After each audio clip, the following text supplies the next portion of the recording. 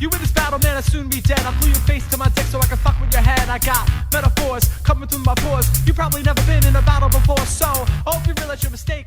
There ain't no party, got some candles, this will be a piece of cake. Well, as a comedian, I'm used to towing the line. There you go. Yeah, I'm gay. See, I've always heard it's the comedian's job to cross the line and bring the people with them and make them glad you did. Matt, we're not recording it. Jesus. It's just We George- are. Ooh. Oh, just a George Carlin quote. Hell yeah, dude. I love George Carlin. Folks, welcome to the Before Hours podcast, an internet radio phenomenon hosted by an occasional morning person. I ask the most interesting people I know about their sleep, their routine, life, love, stress, and setbacks, and whatever else comes to mind. If you want to email us, you may do so.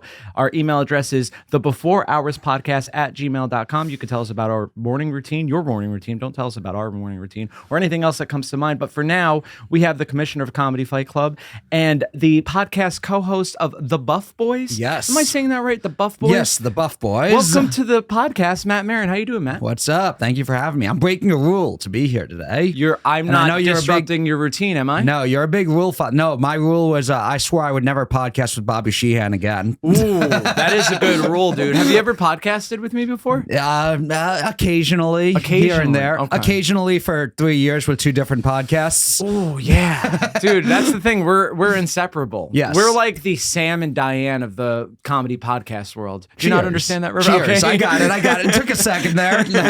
My parents watched that show. Dude, it holds up. Yeah? I would watch Cheers. The only thing I don't understand about Cheers is so Sam, the bartender, the protagonist of Cheers, Yes. he is a womanizer. Yeah. And so women walk into the bar and then like the studio audience goes like, ooh, and they just They know what he's about to do. They know that he's about to rape them. That's the subtext of the series. Yeah. But he says cheers before he does it. That's where they got the name of the show from.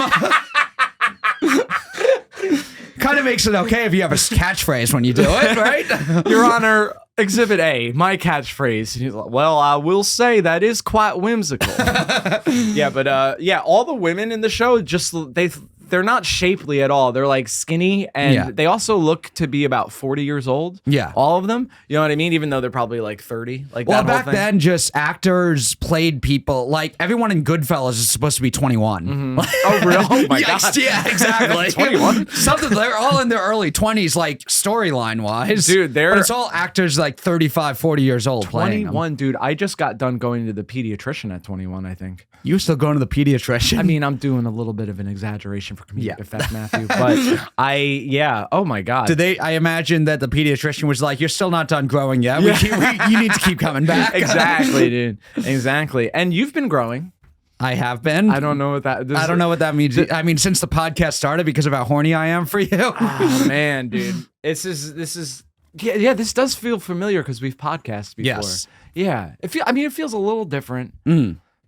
Huh. I wonder what the difference is. But you are a workout guy. Yes. Tell us about that. Look into the camera. Yes. So growing up, was always a sports guy. Always trying to play sports. I wasn't that good at them. I wasn't very naturally athletic. So growing up, I was always like not necessarily like weightlifting, but always workouts for different sports. Even if it was just like practice for Little League baseball or whatever it was, I was always very physical. And again, not very athletic, so I was like hurt all the time, like black and blue marks, scratches, cuts, because I was just always like diving on the ground after the ball, like anything I could do to be as competitive as the kids who were more athletic than me. And then amateur wrestling was like the most serious workouts I ever did, because those workouts are insane. I think it's it makes you a better person for the rest of life, like work ethic wise, discipline wise, just having to go through amateur wrestling practice, because Can you it's explain what amateur wrestling is for people that don't know us? So the drills you do, it's almost like, I feel like every sport in some way is a metaphor for just what wrestling or fighting is. It's like, oh, you dunked on someone. It's like, yeah, but I can kick your ass. Like, that's really what you're kind of representing with any of that stuff. You beat someone on a deep ball in a football game. It's really just, I out-alpha'd you, or I was better at performing this thing than you. Kind of fighting or wrestling takes away all that extra stuff. It's not throwing a ball. It's not running faster. It's just me versus you. And you'll start in positions where this guy's now on top of me and I now have to lift them off of me. And you didn't do it right. You have to do it again. You're doing that for 10 or 15 minutes. and you can't physically do it anymore, and they're making you do it again. Oh, jeez. You'll do drills where then you have someone, you're on top, and you have to get them down, and they're trying to fight against you. It's just person on person strength and or technique. If you know better technique, you can actually out technique people. But even that, it takes like, you need to have that knowledge. It's like chess, except your cardiovascular and everything on your body is like, you're trying to think 3 moves ahead while also trying not to get tired and not to be weak. And so the white one goes first. yes, every time. But yeah, and it's just it's one of the most intense workouts that you'll ever go through. And then I get recruited into pro wrestling, and I'm a skinny kid from like a low weight class in amateur wrestling. My last year, I was like 14 or 15, and I was in the 130-pound weight class. Oh, wow. And I was like 5'9". I know a certain someone that's 130 pounds. There you go. Actually, I'm 145 pounds because I was in the South for a week. You're in a bulk. You're bulking. Yeah. The South made me bulk. Yeah. Yeah, so then for pro wrestling, then it became about like lifting weights, eating 4,000 calories a day, 200 grams of protein. 4,000 calories. That's at the point where you're like, I don't want to eat anymore. No, I always wanted to eat. Oh, really? Yeah. You could comfortably eat 4,000 and it doesn't feel like work? Yeah. Well, also I was like 18, 19 when I started doing it. So Horny. yes. We're horny for food. So dude. I was able to it didn't all have to be just like grilled chicken and lettuce. It was still mostly like grilled. I was on college campus, so it was still mostly like grilled chicken sandwiches, turkey burgers. But at the end of the night, if I was low on calories, I could get a pint of ice cream. And I was working out enough that it wouldn't like really show on me. You could comfortably dirty bulk. Yes. But yeah, so then it was weightlifting every day, sometimes twice a day, wrestling on weekends, and then just the wrestling itself is a workout also.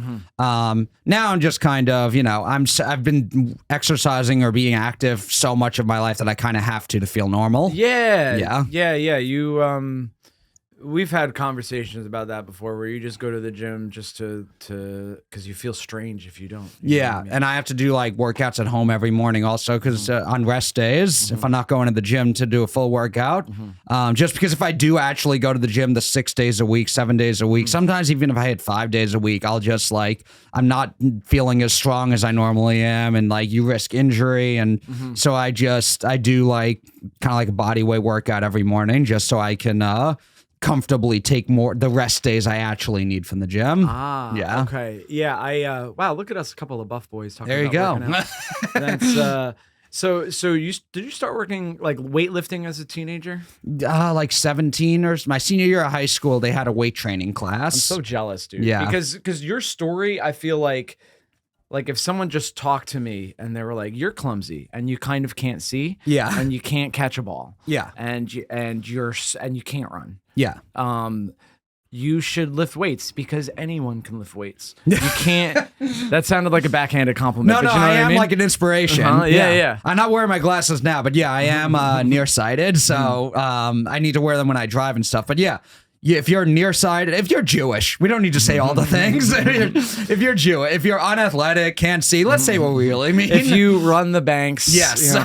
Someone told me. So I get this regularly that people think that I'm Jewish. Yeah, and because you're like really annoying. Because I'm really annoying, and I've been thinking about this. I think it's just because I look kind of strange. Yeah, you know what I mean. They're like, he's white, but there's Yeah. something off about him. Yeah, but yeah, for me, I was like a rail thin, unathletic, uncoordinated kid. There is something too, like if I could lift weights and get bigger, anyone can a little bit. As long as I think like you learn proper form so you don't hurt yourself. Yes. Then it's just discipline. Yeah. And I think there is something to starting to work out at like 17 or 18. I kind of got in right under the wire where I was still growing a bit.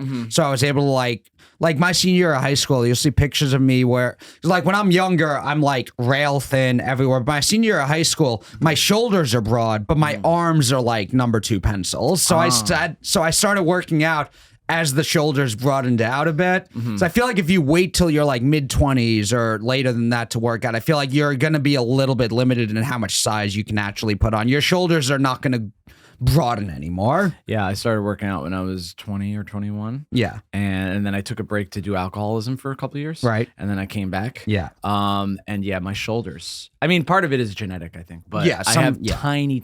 I mean, Yeah. disproportional to the rest of my body are my shoulders. Yeah. You know, and I do an entire day for shoulders. Yeah. Yeah. And no dice Chicago. Yeah. But yeah, you can't make your shoulders broader. You can get them like stronger and more cut. There's guys who people don't. I always did functional and athletic strength training because that was when I started like weightlift. I was in that senior year of high school. There was a weightlifting class. And I wasn't really on a weightlifting plan yet. I knew I was going to get into pro wrestling and I needed to put on some weight. I was like 150 something pounds. And by the end of that year, I got up to like 175 for my first match. Of like more muscle than fat. Yeah. That's cool. And I was doing all right. That was also around the time my shoulders were filling out, so I was kind of getting bigger. But I had fractured my collarbone like in training before my first match. And just never took my shirt off around anyone because I knew if anyone saw I was kind of sticking out a bit that they would take me out of the match, and I didn't want to just take it out of the match. Yeah, you're a lunatic. Yeah. Oh, yeah. But so then that summer I couldn't really work out at all, but I was on the still eating healthy. So I lost all, I left college. I had like a physical before I left for college and I was 157 pounds at this height. And that's when I read like a workout book. Actually, I read the Triple H workout book. Hell yeah, dude. Oh, so you were into the game. That's the name of the book. The Making of the Game. Just me saying something retarded and you're like, that's actually it? Yes. I read his workout book and kind of emulated those workout plans. And I think without the vitamin S. Without the vitamin S. I wanted to take the vitamin S. I know. I know. My coaches wouldn't let me. I like that you're honest about that. Oh, yeah. Yeah, you're like, I would have. I 100% would have if I wasn't around. Also, it was like right after Chris Benoit killed his family and everyone on news was like, steroids and wrestling. Even so though it was more CTE than... Probably. Yeah, it was steroid rage is like you punch a hole in the wall. It's not you kill your wife and son and leave Bibles next to their bodies over a weekend. and then Google the Lazarus story. Exactly. What a retard, dude. Yeah, so it was like I had a coach tell me it's bad PR. You'll get booked more if you're known as someone who can pass a drug test. And it's like working clean as a comedian. Yeah. Can you work clean? Then you get booked more. Or is your piss clean? You can wrestle more. And they also told me at the time they felt like the future of pro wrestling was going to be more like sleek, like athletic type bodies as opposed to the big, like giant guy. And if you when are Twinks making their comeback? I mean, if you watch wrestling now, it mostly looks like theater kids who do CrossFit. There's not as many of the huge Hulk Hogan. There's not a lot of 300 pounders anymore. I got up to like 225, 230, and I remembered thinking like, God, I wanted to be like 250. And also it was a little bit dirty. Like I had a little bit of the offensive lineman body where you're like big and strong, but kind of like fat also. Like, with the puffy face. A little bit. The face is the giveaway. Yeah. So I was like big enough, but now I'm like 20, 30 pounds lighter than I was then. And you look younger. Yes. And I looked, well, because I had the long hair, I had the goatee. I was trying to look older when I was like 19. I was all about, I need people to respect me and think I'm older. Now, the respect thing, was that the catalyst to start working out as a teenager in general? I think that was kind of the catalyst of like everything, like playing sports, the running and diving after everything was just always wanting respect, never feel anything I did, never feeling like it was enough, no matter what I was doing. Anytime other people compliment me, I kind of don't believe it. Oh, same, dude. Yeah, I developed confidence because I knew that I was going to be like, I need to feel good about myself because whenever anyone else says something nice about me, I'm kind of like, all right, what are they angling for? Yes. Yeah. Oh, 100%. Oh, Matt, that's why we're friends. Yeah. Dude. When someone compliments me, even in comedy, if they say a lot of nice things about me, it's like, oh, you've done this, you've done that. I'm like, oh, you like me because I've done things, not because you actually like. I'm always like, there's always something that other people are up to. Yeah. And then it's like, all right, so I develop like confidence, feel good about myself. And then sometimes people won't compliment me because they'll be like, he already loves himself. I don't need to say anything nice about him. I'm like, no, I still do. Please, guys, Matt will be reading the comments. Yes. Please say nice things. I actually don't do that. You don't read the comments? Not real. I mean, sometimes I'll see them, but it's like, or people send stuff to me. Early on, I would like look at them thinking, there could be constructive feedback. Yeah. If you've read enough comments, you know that that's few and far between. Yeah, it's interesting. Yeah, you can't. I mean, I know some people that read the comments, and it's like, dude, it's just some guy. It's just some guy somewhere that's bored. Or if you read them, you can't like let any of them get to you. You're never as good as your biggest fan. You're never as bad as your worst critic thinks you are. So I do disagree about the first part. I think I am. As good as my biggest fan. But yeah, then like working out and everything was always kind of like, it's always a. I think I've got to the point where I think you can be happy. I can be happy, but not satisfied. So I can be happy and feel good about myself, but it's never going to be enough. You always have to keep working, and you can feel that without being depressed about it. Yeah. Okay. Yeah. The not being satisfied thing. Oh, you're like Alexander Hamilton. You haven't seen the play, but he. That's the thing is. No, I only pay attention to the Hamilton stuff when it's a white person. Yes. Yeah. I don't buy into any of this Black Hamilton stuff. Black Hamilton, dude. That's what the name of the play is, right? Yeah. I saw some criticism of that when it first came out, and it was like, George Washington is black, Hamilton's Puerto Rican. I'm like, you do know they're rapping and dancing too, right? Yeah. That's not like the only unbelievable thing, dude. Yeah. When I first heard about Hamilton, I was like, this is gonna be the geekiest thing imaginable, and it is. Yeah. But my friend was like, you have to listen to it because you like history and you like rap music. Yeah. And I'm like, oh fuck, it is very good. I would probably like it. Yeah. Yeah. There's a lot of hip hop references. Nice. In it. Yeah. So the two things that you're most nerdy about, history and hip hop. Yeah. There's a bunch of lines in there that like Hamilton says, I'm only 19, but my mind is older. Yeah. And that's a line from Mobb Deep, the song Shook Ones Part 2, which is the instrumental that Eminem raps to at the end of 8 Mile. Nice. Yeah. Yeah. It's pretty cool. Super jealous that you started working out at like 17, 18 years old. Yeah. That first year, I kind of didn't really know what I was doing. But then I think it may have been in the Triple H book or somewhere where I just saw people like recording down everything that they would do. And I did that for like about 4 years. I don't think I still have them, but I kept them for a while because I would look back at them, but I had like full notebooks of every single workout I did, how much I slept every single night, every single thing I ate, and just little notes on how I was feeling or specific things I noticed about different parts of my body. Because I was never in like a bodybuilding or a powerlifting routine because I was fucking around guys who were like 250 pounds, 300 pounds on steroids. I never got a lot of, maybe very early on, but especially not, I never had the ego lifter thing. I'm never like, do 1 rep on 315 just to see if I can do it. I don't care about any of that. But I always wanted to be stronger, especially for pro wrestling. You're lifting and moving people. And you have to do it delicately so you don't drop them on their head because it is a performance and you're trusting each other. And some of that, I think, from doing amateur wrestling, I think anytime, even if you meet like a really skinny wrestler, there's just, when people talk about like natural strength or wiry strength or farm strength, like that's not a real thing. It's like, no one's naturally born strong, but you do something like amateur wrestling or lifting stuff on a farm all the time, and you just develop strength, but you're not doing like a bodybuilding routine where like there's rock climbers who can lift as much as bodybuilders and their bodies look completely different.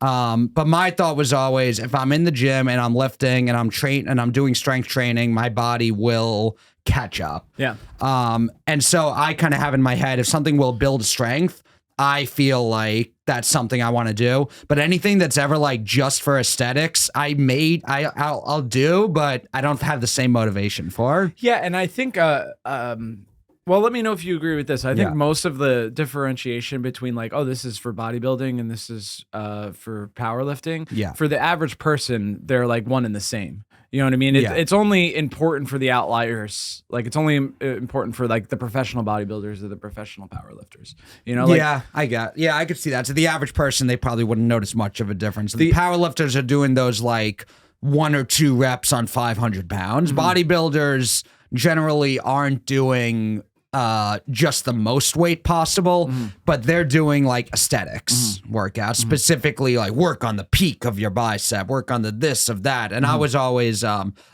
work on grips and angles and try and do things differently to challenge the muscle. And your muscle doesn't know how much it's lifting. It just knows how hard it's working. I've been working on dick pulls. Dick pulls? Yeah. I've been working on dick pull outs. Hell yeah, dude. Yeah. My man. No, but seriously, be careful out there. What was I gonna say? The powerlifting bodybuilding. Yeah, and then we started talking about dicks, and I got distracted. Right, it It happens. happens to me constantly. Dude. Yeah. Yeah, but So- no, I never wanted. Also, a lot of the like bodybuilder bodies, I think even girls think look kind of gross. At a certain point, it's like it's not think- attractive. I do think though the average person, or the average person, I think if they're not taking vitamin S, Yeah, they're not gonna look like that. that's You know true what I too. mean? Yeah. Yeah, damn. I really wanted to take steroids when I first Yeah. started wrestling because because I looked at all these guys and I remember thinking at the time, I'll be responsible, I'll take it in the cycles that I'm supposed to. But in hindsight, as soon as knowing how I was at the time, as soon as it started working, I would not have done that. I would have been like, okay, I could do more, right? Yeah, I've heard Yeah. some people describe it like it's an addiction like anything else. So you're Yeah. like, oh, I'm getting bigger, faster. You know what I mean? Yeah. But you look at all of the side effects, like the negative side effects, and not even like the health ones. Yeah. Just like if you're taking them for vanity, like you're gonna lose your hair. Not always, but you could lose your hair. You could get acne. You could get man boobs is the one I'm like, no way. Well, yeah, most of the guys I knew who were on steroids would also take estrogen blockers. Okay. That was part of depending on which cycle they were on, what they were doing, they would usually take something to prevent that's how some guys have gotten caught before. They got steroids with good masking agents, like pro athletes. I've heard stories of they get the steroids they're taking, they got ones that won't show up on a drug test, but the estrogen blockers show up on the drug test. And there's no reason you'd be taking the estrogen blockers unless it was to offset side effects of steroids. Oh wow. Yeah. Okay. Damn. That's crazy. So I don't know if you know the answer to this question. Maybe like your former coworkers that were doing cycles of steroids.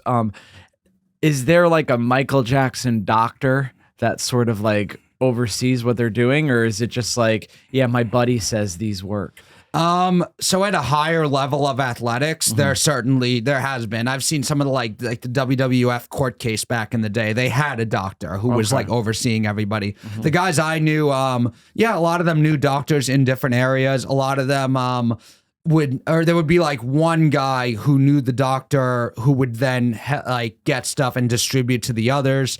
There were a couple guys. One guy I knew who was from Southern California, who back in the day used to go down to Mexico to get his steroids. Yeah, I feel like disclaimer, guys, don't do steroids. Yes. All right. Yeah. I feel like almost a moral obligation. Yeah. Well, that guy who used to go down to Mexico ended up beating his girlfriend. So. Ooh, okay. Yeah. Oh, so maybe roid rage is real. Yeah. Damn.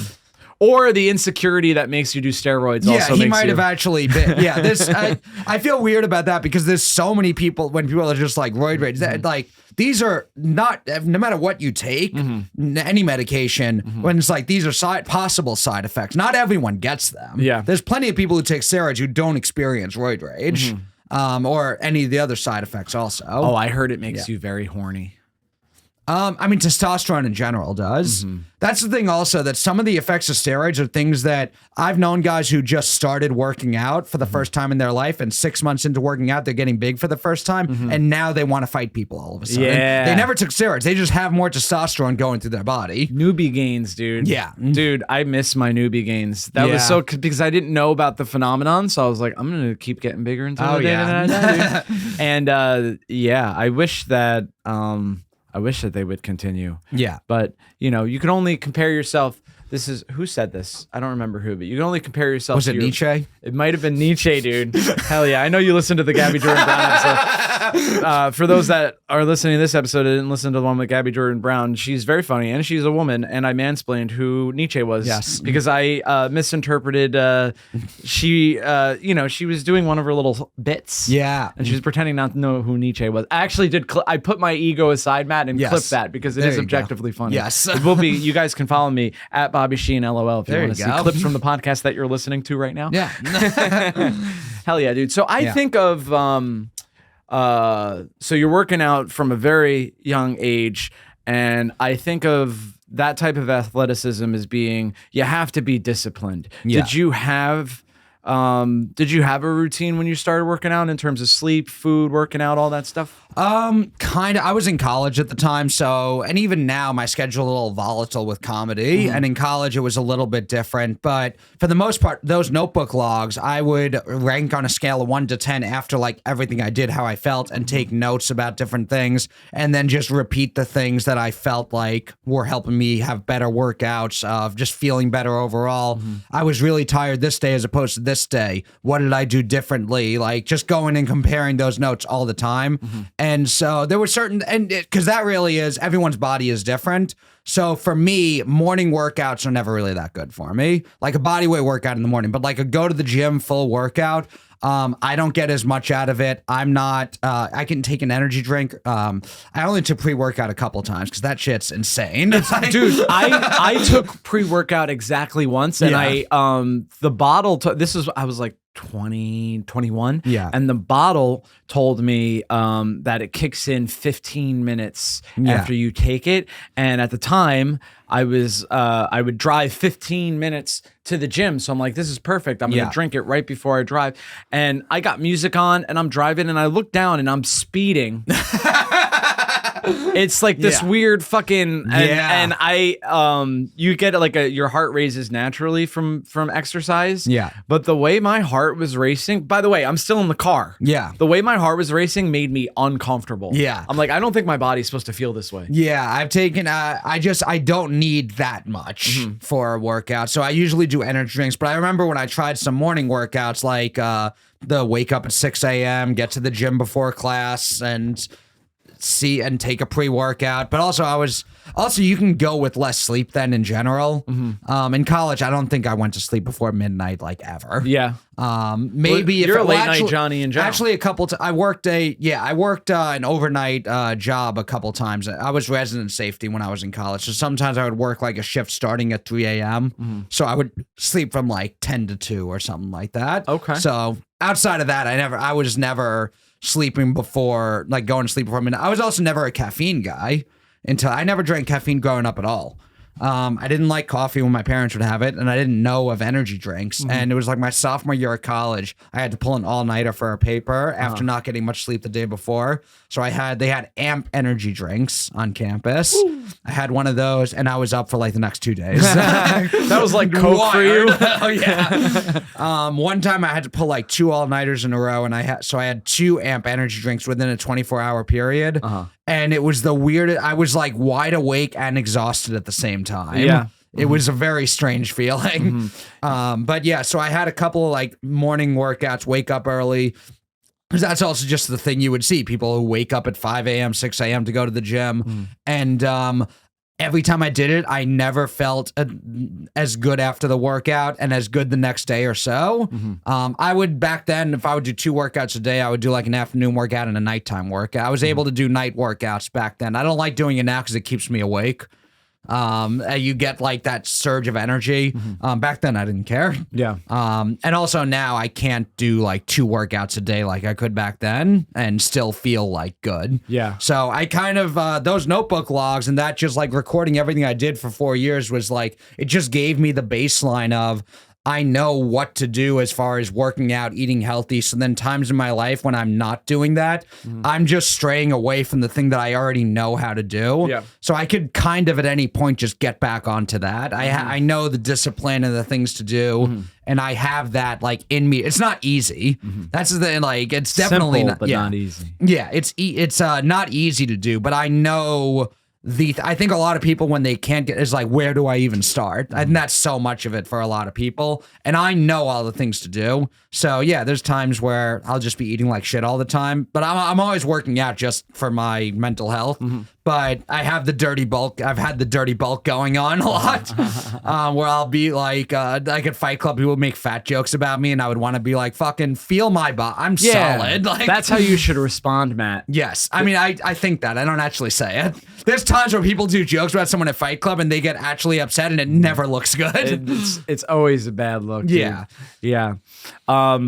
Okay, cool. I think that I think working out from a young age makes you disciplined. Even like Yeah. to have the logbook. Yeah. Because I think I think that came from amateur wrestling, honestly, and just playing sports growing up made me disciplined. So then when I was getting into working out, I am always looking for the things to do to know everything, because that came from these fucking long ass practices of like amateur wrestling matches, 2-minute round, 2-minute round, 3-minute round, and we would do 10, 10, 20. Physically moving and maneuvering someone for 10 straight minutes while they're trying to do it to you, and then another 10 minutes, and just there were times where they just wouldn't blow the whistle. Like they would like let you run the light, I guess. Okay. But then it's just like, Jesus, this is a long 10 minutes, and 10 minutes is long. And they're like, oh yeah, they let you go like 15 there. And then it's like, you got to do another 10, but it's going to be more than 10 also. It's just exhausting. I like it because it sounds like boot camp, but for like not an important thing at all. Yeah. Oh yeah. My pro wrestling training was like full on. Like there were like former military people in my pro wrestling group who gave up. Oh, geez. Yeah. Okay. So you're almost like a Navy SEAL if you really think about it. If you think about it, I am kind of like a Navy SEAL. But yeah, because my pro wrestling training, that is really, I was trained by some old school guys, so I don't know if it's the same now for everybody, but it was all about just trying to get you to quit, because there's so much trust in pro wrestling of like lifting people up and slamming them and protecting each other. And it's back in the day, especially back in the day, not necessarily, everyone knows it's not real, but you as the performer never let people in on the fact that it isn't real. So people can buy into it. It's kind of like, you know, in a movie, the character you're watching never lets you in on the fact that I'm not Maximus, I'm actually Russell Crowe. So in pro wrestling, you want people to come back and see you the next month or the next week. So the show is always happening, kind of. So I always kind of took it as if they see me outside of the ring, I don't want to let them know I'm actually, you know, I'm not going to be the same person I am in the ring. I'm not a psychopath. Actually, back then I might have been a little bit, but you kind of want to be that person who they see all the time. So there's a lot of dedication to it, physically, mentally, and everything. So they really do just like beat the shit out of you and want to see if you're tough enough to keep doing it. And if you actually have like the love and respect that they believe you need to actually do this. So yeah, that training is just, my first day, it was a 5-mile run. After the first 2 miles, they gave you a book bag with 25-pound weights in it for the next 2 miles. You had to bring the weights somewhere? Yes, you had to go and deliver them. Oh, I see. Yeah. They were training you to wrestle, and if you don't make it, be a UPS delivery driver. Nice. You're like, hey, can I actually just use like a truck instead? Can I use this skill for something other than wrestling? Yeah, dude. And the last mile was off the track and just up a hill. I don't even know if it was, I don't know how long it was, but we were with the weights running uphill, and they put us in like a basement with no air conditioning, windows closed, and said, you can't leave here until you do like 300 push-ups, 500 steps, and 1,000 squats. Just some 1,000 squats, free weight squats. I used to do hundreds of those like every day. And then I was like second or third to last in the class. It was like 10 of us, so that was still super skinny. I wasn't like top of the class by any means, but there was like one person who quit partway through, and the next week there were only like 3 or 4 of us who showed up. And one of the guys was like a military guy who was like jacked, and I was like, fuck, I'm in a clash with that guy. That's the guy who's going to make it, not me. And he didn't show up the next week. Oh my goodness. Yeah. And that's when they started teaching us how to take falls. Okay. And started putting us in holds. And then like a week or 2 later, I was the only one showing up for class. Hell yeah, dude. Yeah. You were the only one that got the rose at the end. Yep. Nice. I mean, getting the rose at the end makes it seem like they chose me out of everyone. I was just the one who was dumb enough to keep coming back after getting beat up every week. Welcome to Wrestling Boot Camp. Are you dumb enough? Yeah. They told me they did like 2 other classes. They just had one spot on the show to fill, and there's a bunch of kids who are always like, I want to be a wrestler. And so they were like, all right, we'll get as many of them to quit, and if we get one, we could throw them in this match and maybe never hear from them again. Oh, okay. And I, like the other classes, they said everyone quit. So I was thrown into this match, and a lot of times they do that with the guy, and the guy's never heard from again. But they liked me, and I made friends with enough of the guys. I had to rest all summer, so my collarbone healed. And then in the fall, I had a couple guys' numbers, and they brought me along to a show. And I went to a show, and they had an open spot there. It was just one of those, almost like when you get thrown up on a comedy show. That's the rule in wrestling is always bring your gear. You just go to hang out at a show, always bring your gear, because if they have an open spot, you want to be able to fill it. So I was there, I had my gear, they need a spot to fill, and then just kind of from there, word of mouth. Because in wrestling, it's you have to work with somebody. So every time you're like in comedy, it's so much. It can be so much of you're in it for yourself. With wrestling, you can't look good unless someone else is making you look good. So if you have like a young guy who's like new, a lot of times you want to take him under your wing and you want him to like you, so they'll make you look good. You want to work with other people who will make you look good. With stand up, it's kind of, I'll book this person because they book a show. Yeah. And that's about it. 100%. Although I will say that one comedian on the lineup can make everybody else look bad. If they're like too good. No. If they're too bad. Yeah. Dude, that's a big pet peeve of mine is you have to pick the host and the bullet spot very carefully. Because I think they set the tone for the show. Yeah. And if you have like maybe they're from LA or LA. Yeah. And they just kind of fuck the whole show. Yeah. up, So can I ask, what was the transition like? Because you don't do wrestling anymore. Now you're a comedian. Yeah. What was that transition like? So there was like a 6-month overlap where I was starting to do some comedy stuff on my college campus and still taking wrestling bookings. The wrestling bookings were getting fewer and far between. I was a very cocky 21-year-old who didn't mind burning bridges. Oh, yeah. If I didn't like the direction a wrestling promoter or a booker was going with their show or the characters, I had no problem letting them know exactly how I felt. But in a very polite, amicable way. I wish. So sometimes people didn't take kindly to that, even if you're doing well on their show. We don't take kindly to young folks who think they could run a better wrestling show around here. So I wasn't getting booked as much. I felt like I was getting better. And I just, I was like, it was the transition phase of being like a dorky kid who was skinny and didn't get attention from or respect from anyone to all of a sudden now being in shape. Girls want to hang out with you after shows and people want to talk to you after the shows. People want to work with you and book with you.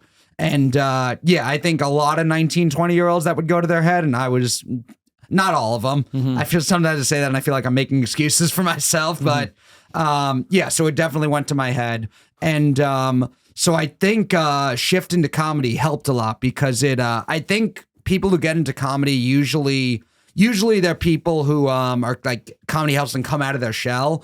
A lot of times, especially if you see someone who's new, there's someone who was like really confident and felt good about themselves, and comedy humbles them. And those people usually quit. I'm that, but I'm just so competitive and like I'm going to keep doing this. But yeah, for sure, it like humbled me and I think made me. I think in general, you have things when you're younger, you kind of go through phases and then you mellow out as you get older. Comedy really like forced me to have to mellow out. Yeah. Because you just can't be bombing all the time and still feel good about yourself. Yeah.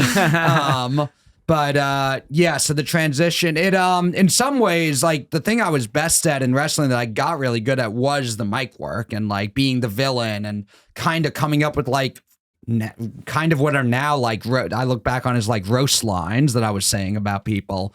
But back then it was a little different because I could never be, if I was too funny or too clever, the crowd would kind of like me. And I was very dedicated to being the villain. So I would like maybe say a line here or there. If anybody in the crowd laughed, I would then just tell them that they shouldn't laugh because, and then just insult them somehow. Were you always the heel, the bad guy? At first, no. When you're new, you're just, nobody knows who you are. And also, you're inexperienced as far as the physical part of it. And usually the villain is the one leading the physical part of it. Because the villain, even in movies, the villain is really the one dictating the story. The good guy has to have something they're fighting against. So the villain is always the whole story is always based on what the villain is doing to the good guy. If you don't have a really good villain, you're not going to have a really good guy. So in wrestling, a lot of times the good guy starts off doing really well. The bad guy then does something cheating, somehow takes advantage, and then is beating down the good guy for most of the match. Good guy makes the comeback and wins. That's your typical pro wrestling match. I don't know if I'm breaking this down too much for anybody, but there's people at home taking notes right now. And same thing in any movie. You have the good guy is doing great. It's called The Shine. You see how great this good guy is, and then the bad guy does something dastardly to them, and most of the movie is them trying to fight the comeback.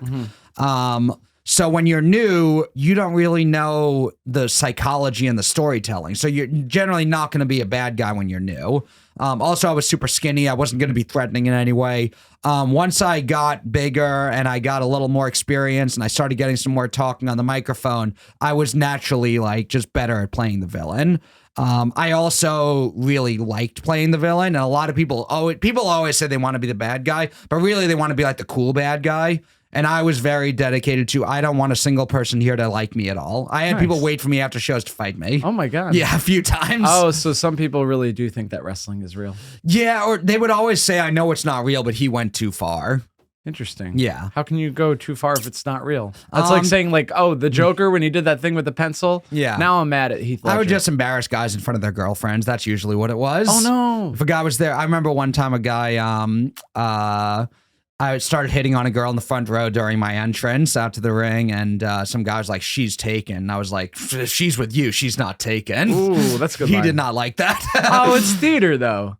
That's insecurity. Exactly. Did that guy really think he's like, damn, it's over with me and her? Did you think every guy who waited for me after a show to fight me, it had nothing to do with insecurity? Oh yeah, that's that's true, every time. Yeah, there were a few of those where if I saw a guy, the first time I did the thing with the guy who was with the girl, it worked really well. And I was like, all right, I'm going to keep doing that. That guy really hated me. There was one time guys got mad because I made fun of the local sports team. Oh no, Yeah. the Penguins? No, it was up near Ithaca, and I made fun of the Cornell basketball team. There were a bunch of dudes in Cornell shirts, and they like threw a full Coke can at me. In the ring, I turned around and it hit me in the chest. It would have hit me in the back of the head. Well, it takes more than that to bring down a bull moose. It does. Yeah. I walked over to them and like shook up the can and opened it and sprayed them in the face with it. Oh, hell yeah. They hit the other guy's entrance music. Usually there'd be some sort of verbal cue I would have. They hit his music before I could hit it, and they told me after they thought I was going to start a legit riot and they just needed to get the match started. That's hilarious, dude. Yeah. I mean, I definitely did go too far. I mean, there are times where I could have still gotten people to not like me without saying some of the stuff I did, but I was like fucking 19 and But your mind was older. my mind was older. So then, yeah, going into comedy, it was from very early on. I was always a writer also. Just growing up, in school, I did well on writing assignments because I could. The other one's just like, I have to get the right answer. For writing assignments, I can kind of work my way to saying whatever the right answer is. I wrote for the school paper in college. So when I started stand-up, I was very like kind of one-liners. And in hindsight, a lot of hacky one-liners, stuff that I now have seen as like memes and stuff elsewhere. But so when I started, the compliment I would always get from it, if I ever got any compliments when I was new, was that I had good stage presence. So I felt like that I developed that kind of in pro wrestling. So there were some of the skills I got from pro wrestling that I transferred over. And early on, I remembered hearing there was a pro wrestler who I heard do an interview where they said that they take influence from rock stars, because everyone in wrestling takes influence from wrestlers. And if you take influence from a rock star, you'll stand out. So I started really leaning into the stuff that I learned from pro wrestling and looking at what pro wrestlers do, thinking same thing about comedy. Every comedian takes influence from other comedians. If I'm taking influence from wrestlers, it'll make me stand out and have a different vibe than other comedians. So I kind of had a lot of now I look at it, I had a lot of the right things in mind. But you still just don't know how to execute them until you just go on stage over and over again and fail over and over again. And it's going to be soul crushing. When people are like, I don't want to go to this open mic because I'm going to feel terrible about myself. I'm like, you need that. Yeah. You need to feel terrible about, but maybe some of it is for me. I came from like being confident and needed to be humbled. Maybe if you're already like you feel terrible about yourself, maybe you don't necessarily need that as much. What's the lack of perspective? I think if you go to an open mic and you don't do well and you're like, oh, I'm awful. It's like, most people couldn't do it once. Yeah. Most people, what's that Jerry Seinfeld quote? People's number 2 fear is death, and people's number 1 fear is public speaking. Yeah. So if you go to a funeral, more people would rather be in the casket than giving the eulogy. Yeah. Yeah. So comedians, if any comedians are listening to this, be nice to yourself. Yeah.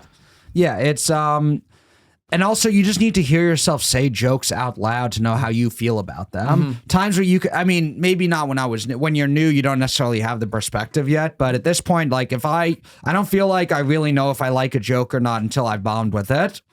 And then I get to like hear the reaction still and be like, no, I still like that. 100%, dude. Yeah. And I'm so, I guess, married to my ideas that I really do the 3 strikes and you're out rule. Yeah. Like the first, sometimes, sometimes if you're like, okay, my brain is a little too weird. Yeah. And that's just going to be funny to me forever. Yeah. But a lot of the times I'm like, I'm going to try it a couple more times. Yeah. 3 strikes and you're out though. Yeah. Sometimes I'll do 3 strikes, you're out, and then I'll let it rest I'll forget about it completely. Yeah. And then the next time I randomly think of it, I'm like, I'm going to try it again. Yeah. I also do think it's important to, everyone makes fun of me for like always talking about wrestling and stuff. But the reason I like not just talk about it, think about it so much is that I've been in comedy for so long. Everyone's in comedy right now. All you're doing is comedy. If that's all you're thinking about as who you are and everything, it's going to limit kind of what you can do and who you can be. I'm like, I want to think about what amateur wrestling made me, what Little League Baseball, and what pro wrestling made me, and all of that stuff, and then meld that with like everything I'm doing now. Yeah. Yeah, you definitely don't want to be too meta. I know some people who their identity is that they're a comedian, but it's their sole identity. Yes. And then you become one of those guys. It's a lot of it is inexperience because they've done a lot of open mics, been on a lot of shows. Yeah.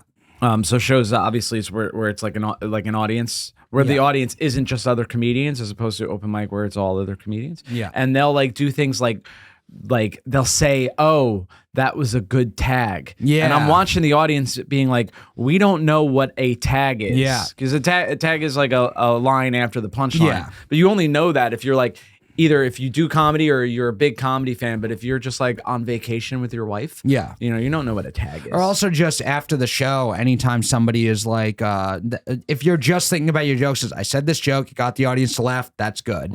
After the show, people walk away. That person was funny. Who? I don't remember their name. It was the guy or whatever. I'm like, with me, they'll say the sleeveless guy, even if it's the guy who was a wrestler, the guy who had brain surgery. When I talk about going the to really college, handsome guy. there you go. When I talk about any jokes about college, I'll say I went to Stony Brook. Sometimes someone woos, sometimes they don't. But one person might think that's the guy who went to Stony Brook. I'm from Long Island. Just anything to connect and stay in people's minds, in addition to obviously having like good jokes that are making people laugh. But, there's a lot of comedians out there, and, a lot of people can write a good joke. You have to like stand out in some way also. Yeah. Yeah, 100%. Yeah. So I'm wondering, I think I know the answer to this, but let me ask anyway. Do you have a sleep routine? Kind of. I generally at this point am around going to sleep. Probably 6-7 hours at least. Depending on my work schedule. Over the summer, I was working mornings. I coach youth sports, so I was working at a summer camp. And so I was up at like 7 or 8 every morning, like 7 every morning. So I would try and get like 5 to 6 hours at least. But now I'm working mostly afternoon, so I can get like 7 to 8. But it depends on if I'm out late the night before for a comedy thing, if I have to be up early the next day, depending on where I am in my like workout cycle. Because I have a 4-day cycle, and I just repeat that 4 days over and over again. The actual lifts I may change up here and there.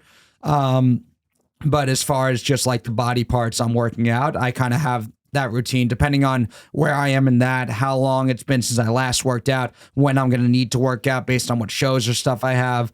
I generally don't do like very little sleep anymore. I do think it's what sleep is. I know sleep's very important to be able to not be running on like 3-4 hours sleep. And as in my 30s now, it's not as easy to be able to pull off a 4-hour sleep day. Every once in a while, just schedule wise, you kind of have to. But a lot of times at this point, if it's like, all right, if I'll wake up early to go to the gym, and I'll only be, I'm not the super early, but even if I'm out super late the night before, and I'm like, 5 hours of sleep, 4 hours of sleep, and then go to the gym, I'm just not going to have as good of a workout. Yeah. So it's not worth doing. See, you said I get more sleep now, but you said 6 hours. Yeah.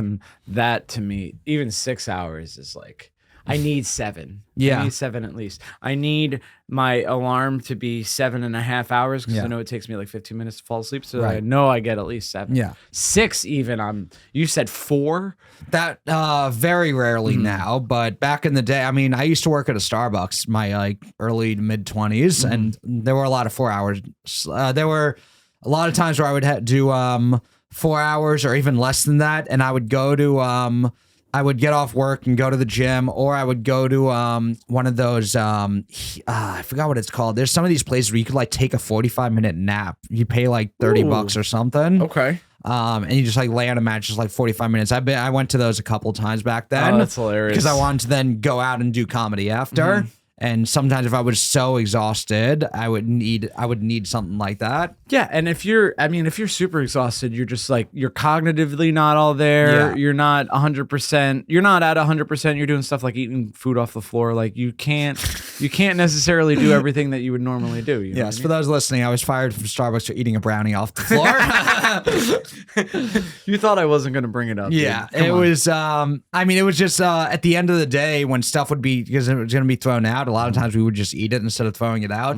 And so a brownie fell on the floor, and I picked it up. 5-second rule, and put it in a bag off to the 5-second side. rule is how long Matt has a job. Yes, I was there for like over 2 years. But then put it in a bag off to the side because my shift was ending in like 10 minutes, and then I took it when I left.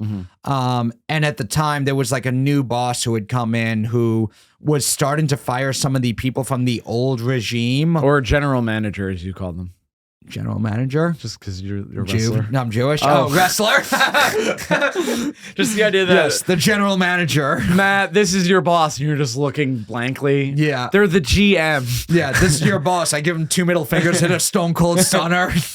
So you're like Vince McMahon, but for Starbucks? Yeah. Okay, so new manager. New manager comes in, is looking for a reason to get rid of certain people, which I didn't quite realize until he fired me for the brownie on the floor thing.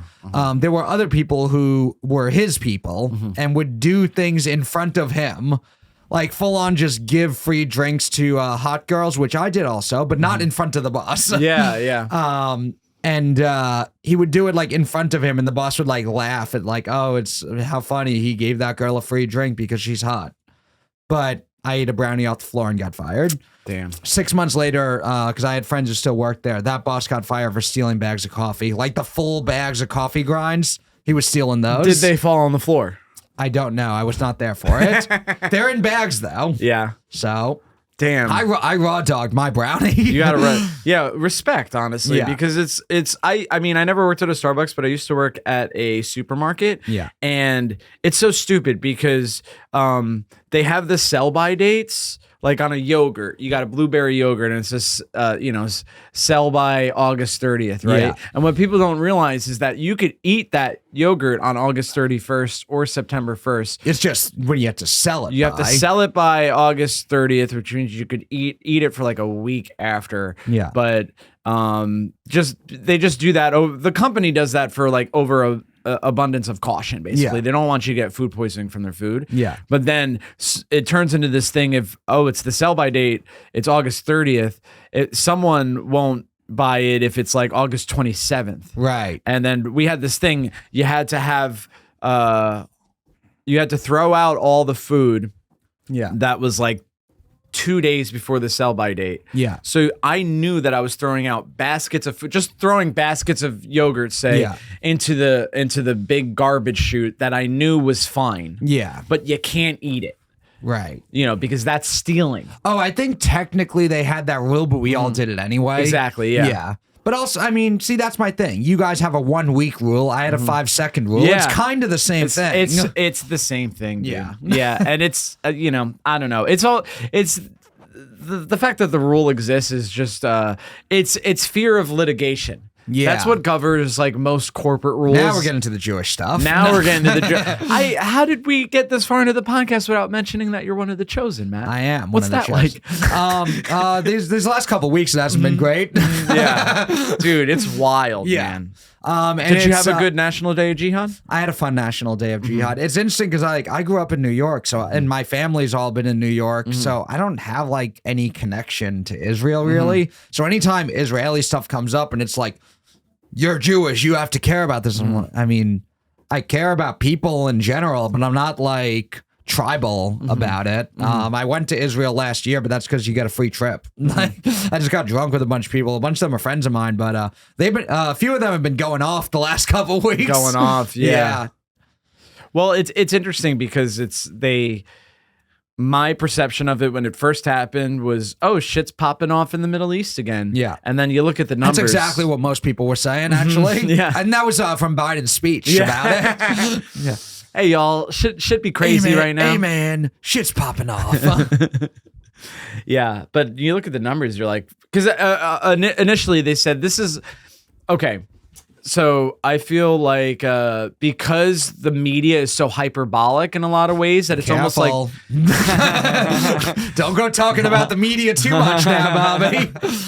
because the media, who is owned by a whole bunch of different people, Yes, okay. is because they're it's like everything is breaking news now. Yeah. You know, breaking news used to be like, oh, the president was shot and killed. That's breaking news. Now it's like breaking news. We have more information about the NASDAQ. Yeah. You know, so breaking news. Update about the amount of cholesterol you should be eating. Are eggs good for you? Breaking news.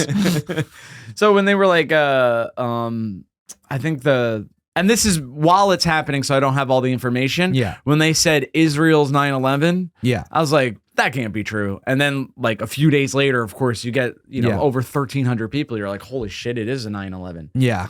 It's wild. Yeah. I thought Israel's 9/11 was 9/11. Yeah.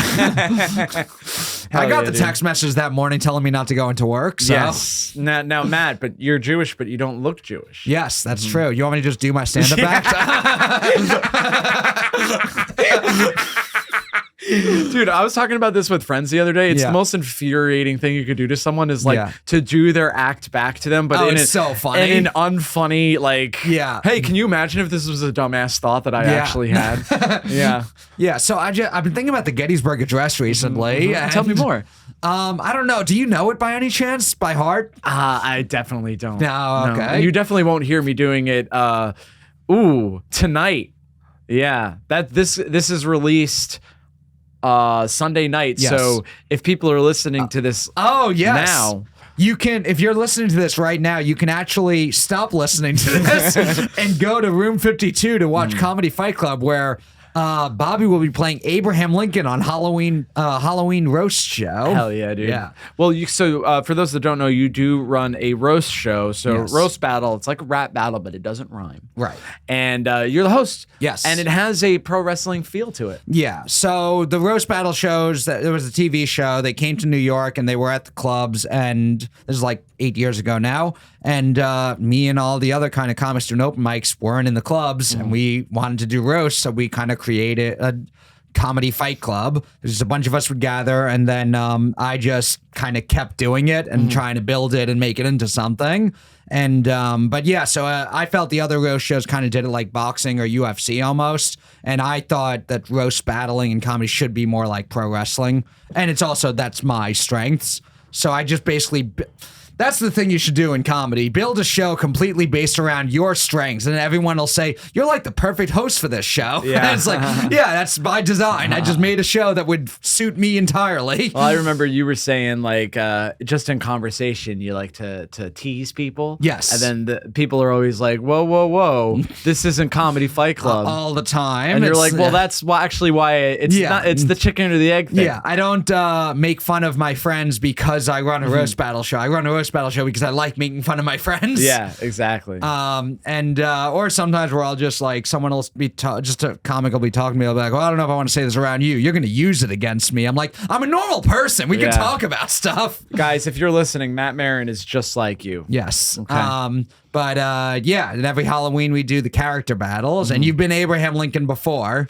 Not Yes. for Comedy Fight Club, actually. Oh no, it was some. Right, it was. We've had other people play Abraham Lincoln. You haven't been Abe Lincoln in Fight Club. You were Eminem one year though. I was Eminem one year. Yes. Probably one of the best days of my life. I got that's right, folks, the approval of black people. Yes, you did. That was Eminem the rapper versus Eminem the candy Hell in the yeah, main dude. event of Halloween Comedy Fight Club. And the because you have the audience clap in The audience claps for one of the votes. in support of who they like. So did Yes. you like Eminem the Candy or Eminem the rapper? And Eminem the Candy is Jess Feeney. She's a very funny comedian, and she was dressed as the green Eminem, which I want to go on record as saying is the hottest Eminem. Yes. Oh, not anymore. No. Yes. No. Unfortunately, you got to get Tucker Carlson on one of these. Yeah. Ask him about his morning routine and then casually segue into why he's upset that the green M&M isn't hot anymore. Yeah, and it was great because when you asked the audience, did Jess Feeney the Eminem Candy win? And you heard a lot of female enthusiasm, and then because I was in character, Right, as yes. Eminem, so I was being very misogynist, Right, yeah. which is very different than how I am normally. But it was a fun time, man. Hey, if people want to go to Comedy Fight Club or watch it on the internet, how do they do so? So youtube.com/Comedy Fight Club. We the new episodes stream every Thursday night, and we've got a whole bunch of the fights from going back years now that are all on the YouTube channel. You can scroll through and watch those. And Twitter and Instagram at Comedy Fight NYC. If you're in New York City, every Sunday night 9 p.m. at Room 52. Yeah. Yeah, 100%. Definitely would encourage people to go to Comedy Fight Club or watch it on the internet, even if I'm not on the show. That's how much I like the show. And Matt, I hate to say it, but our time has concluded. So do you have plugs for yourself or anything else? Well, at Real Matt Maran on Twitter and Instagram, and the Buff Boys podcast. That's also at Buff Boys podcast. I've heard good things. You and this guy Joe. Me and you Joe got Gorman. this good chemistry. Yeah, he's like the real muscle of the podcast. I see. Yeah, he's like the real we talked about working out a little bit here, but if you want like real workout advice that you can like apply to your life, Joe Gorman's the guy for that. 100%, So listen to the Buff Boys podcast. Hell yeah. The Buff Boys podcast, Comedy Fight Club. Matt Maran, one of my best friends and a hilarious man. Thank you for joining us. And remember, folks, early to bed, early to rise makes a man healthy, wealthy, and wise. I'm just playing night owls. I love you. I fucking hate you. Thank you.